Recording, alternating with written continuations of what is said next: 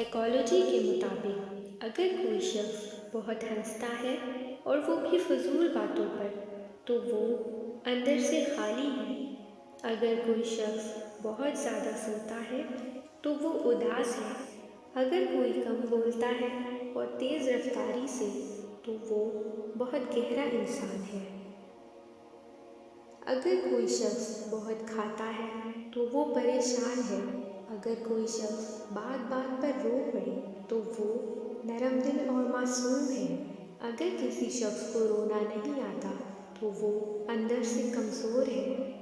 اگر کوئی شخص کم بولتا ہے مگر جب بولتا ہے تو تیزی سے بولتا ہے تو وہ شخص اپنے اندر کچھ راز رکھتا ہے۔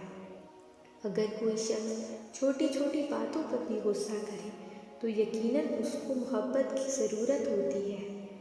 جھوٹ کثرت سے بولنے والے دوسروں کا جھوٹ پکڑنے میں ماہر ہوتے ہیں۔ جو لوگ بہترین مشورہ دیتے ہیں عام طور پر وہ سب سے زیادہ مسائل کا شکار ہوتے ہیں۔